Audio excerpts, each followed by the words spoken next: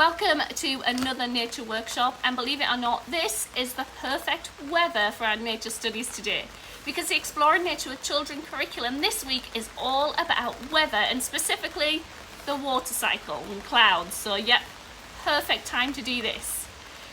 We've been thinking a lot about cycles in nature, and they come up all the time. We've got cycles to do with the moon, we've got cycles to do with insects, all sorts of different things. Trees have their own cycle as well.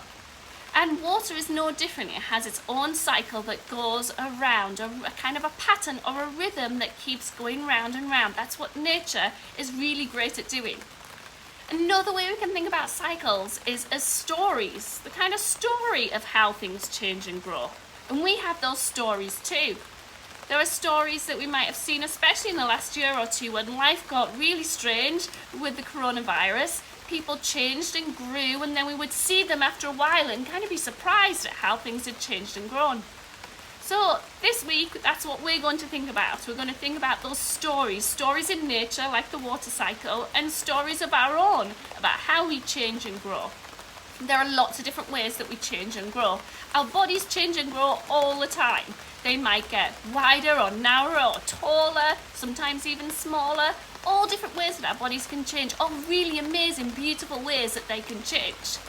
And there are also lots of ways that our personality can change. When I was little, I was painfully shy. I was so shy and scared of talking to people. Even getting on the bus would be really nerve-wracking for me, because I didn't like to talk to the bus conductor to get my ticket. But now I have jobs where I'm talking to people all the time, and in fact, as a grown-up, all my jobs have involved standing up in front of other people and talking to them, sometimes even hundreds of people. So something happened in my story that changed me. So yep, we're going to be thinking about that today. Our questions that are coming up later are going to be all about stories of change. And when you're doing your creative endeavours later, maybe have a think about how you might show some of that change in your artwork or in your activities. Okay, let's have some discussion then.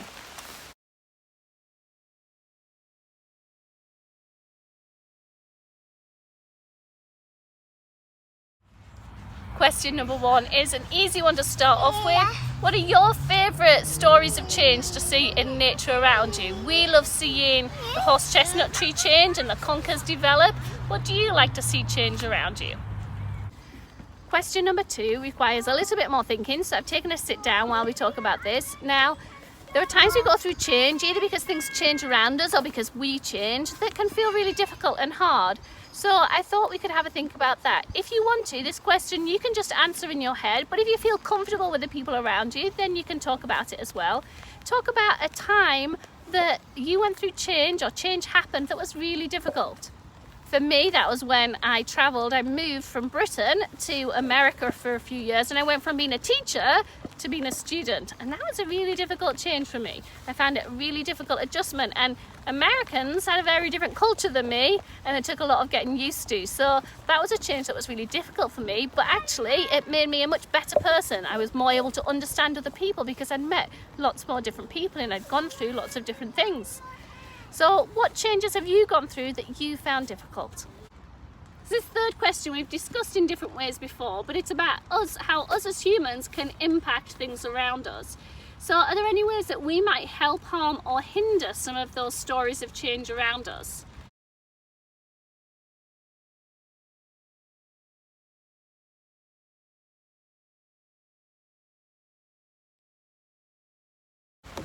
I've found some shelter under the trees, but I don't know how dry I'll stay, so I'm going to do this as quickly as possible so that I can enjoy one of my favourite parts of the water cycle, making a cup of tea in my house as the water is brought through the tap and into my kettle.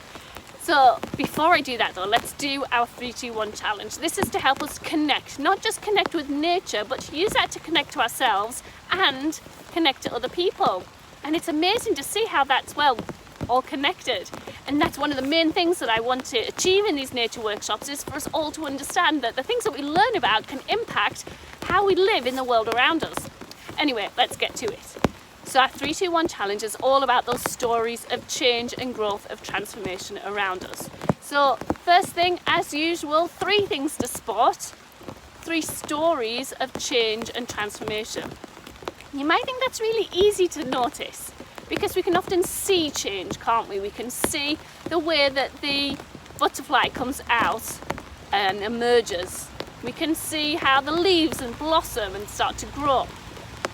We can even see how people's bodies change sometimes.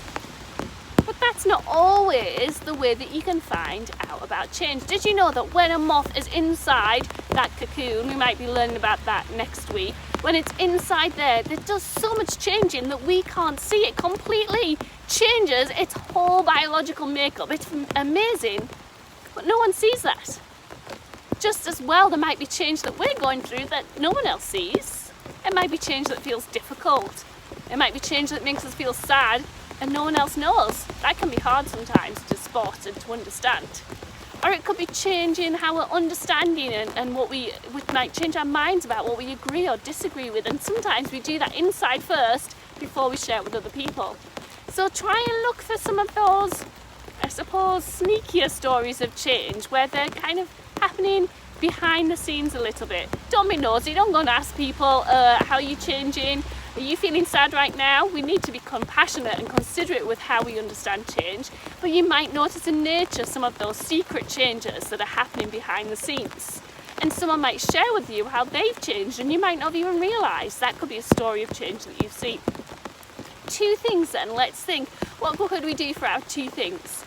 Can you spot 2 stories that have been impacted, oh that's a lot of rain, by something else to make them change? So not the kind of change that comes in the nature cycles or internally, but the change that happens around us. Now they are a little bit linked because often the sun is an outside thing that impacts the stories of a lot of things in nature. Or even the rain, that's impacted my story today because we were going to go to the park and I don't think we can go down the slide in this weather. So can you think of 2 ways or notice 2 ways that stories are being impacted by something else? And the last thing, number 1, can you tell one person your story? It doesn't have to be a long story, it doesn't have to be a great change that's happened in your life. It could be a little change that's happened in that day. Maybe you found a task difficult and you worked real hard at it and you improved. That's a brilliant story of change that you could tell someone that you trust. Or it could be a bigger story of change that you want to tell somebody. So 3 stories of change around you. Spot 2 things that are impacting other people's or other creatures' stories. And 1, tell your story to 1 person. Okay, have we got it? 3, 2, 1, let's go.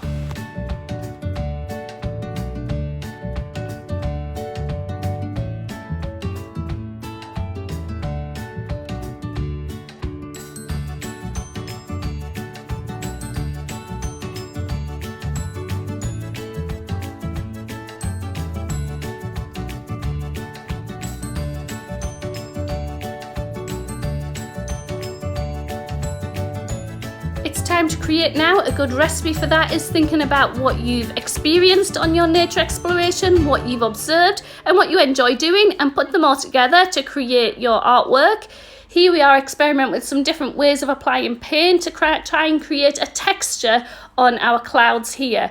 Then we got different found materials, some bubble wrap, some different magazine cuttings, and made them into strips of rain to think about precipitation.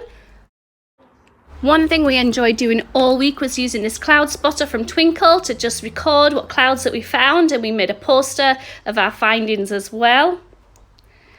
We also made some cloud dough and we mixed that together and experimented trying to make the different cloud shapes using the dough, and then we just got busy with lots of different materials to have some fun creating.